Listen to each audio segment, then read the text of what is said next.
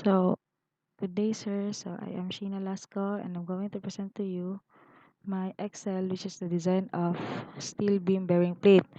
So, for the design parameters, the NSCP code I used is 2015.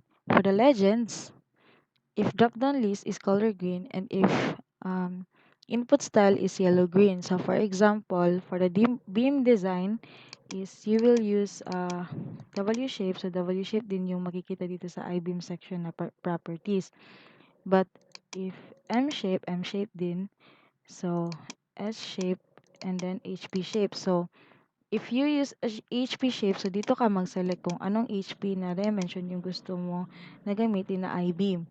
If you use W shape, so dito ka rin mag-select for the W beam sections. So, for example, for the HP shape, so ito yung makikita dito.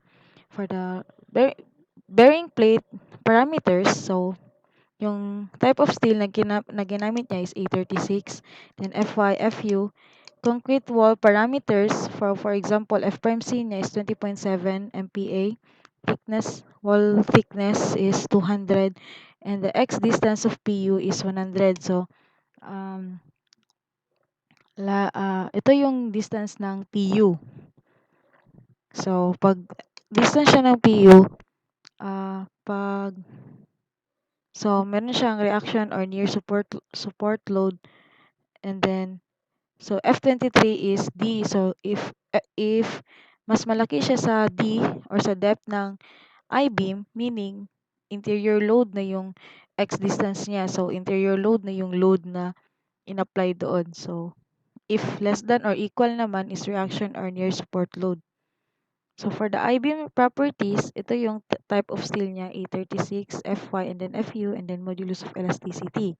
So for the steel properties, so ito lahat is naka-VLOOKUP na siya, sir. So ito yung for the loadings, since naman 2015 to, we use LRFD. So for the LRFD, 1.6 and the 1.4 dead load and the 1.2 dead load plus 1.6 live load. So ito yung values niya for the LRFD and for the value of ASD. So dito ka rin mag-input ng kung magkano yung dead load and yung live load. Tapos sir, for the NSCP 2015 code provisions, so may tatlo siyang i-consider to design beam bearing plates. So first one is the web failures or the web yielding and the web crippling. For the web yielding is my case 1 siya and case 2, in which you should check first if ang x distance ng PU is less than or equal to D, and for the interior load is x distance is ng PU is greater than the depth of the beam. So, yung value niya dito mo malalaman kung anong RN yung gagamitin mo if either case 1 siya or case 2. For the um, fee values is 1, for the LRFD and ASD is 1.5, yung factor of safety niya. For the web crippling, if load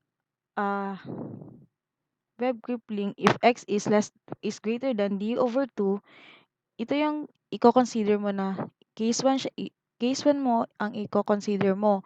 But if interior load siya, kapag yung X distance ng PU mo is less than or equal to D over 2. Same lang siya dito sa web yielding. Ngunit yung sa web yielding is D lang yung X distance of PU and the depth of the I-beam lang yung kinoconsider. Wherein sa web crippling is X distance ng PU and the D over 2 or the depth over 2 of the I-beam properties. So, for the second one is the bearing stress failure on support or pedestal. So, ang makukuha mo dito is yung B na value. So, dito sa first is sa web failures, ang makukuha mo dito yung value is LB or the length of the beam bearing plate. So, dito is the width of the beam bearing plate.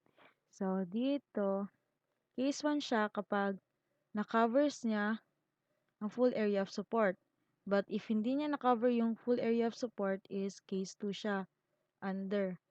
So, next one is the RN, the C, the bending stress failure on base plate. So, dito, derived na to siya na value in which, dito na lang nimo siya ibutang yung mga values po. So, may T na ka na value for its thickness, wherein the N value is equals to B minus 2K over 2. So, na siya diagram. So, first is the web design of length of beam bearing plate, LB. So, makikita mo dito yung case 1 and then case 1. So, isa lang din siya. So, dito, it's either case 1 siya or case 2. So, since case 1 lang man din siya kasi hindi siya nag-exceed sa D, meaning, ito yung value na ginamit niya. Ito rin yung formula na ginamit niya. For the web crippling, so may case 1, case 2, and case 2A and case 2B. So for the case 2A is LB over D should be less than or equal to 0.2. And then LB over D should be greater than 0.2 yung sa case 2B. So ito yung mga values niya, yung mga formulas niya. So since yung LB, yung kino-consider dito is yung X pala. Yung X na value, X value, X distance of PU, and the D or the depth of the I-beam property is greater than yung X. So, meaning, less than siya, so meaning, ito yung magso-solve. So, si case 2A and si case 2B. So, next is, kailangan siya i-check if totoo nga bang LB over D is less than or equal to 0.2. So, since hindi naman siya nag-exceed siya sa 0.2, so meaning, not okay siya. Since ito naman is LB over 2 is greater than 0.2, so ito yung gagamitin na value, 90.2048. But since wala namang LB na value na 90.2048 in real life, so ang ginawa ko dito po, sir, is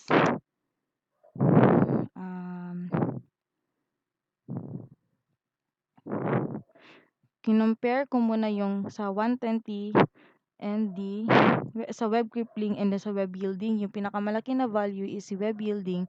Therefore, si LB is equals to 120 for the, so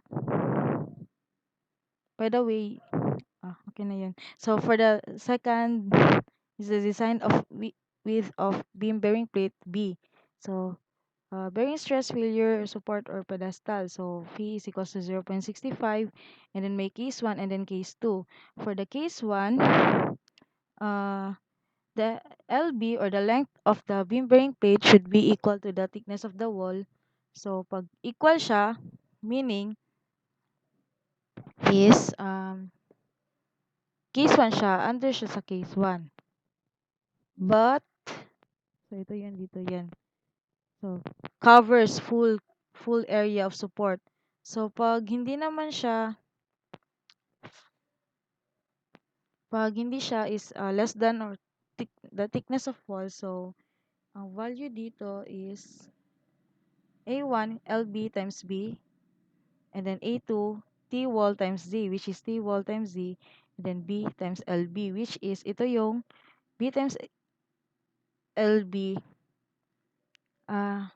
ito yung sa area ng beam na mako-cover, then ito yung sa thickness ng wall. So ito yung thickness ng wall times kung ano yung Z na kailangan na value. So for the Z is in terms siya of B.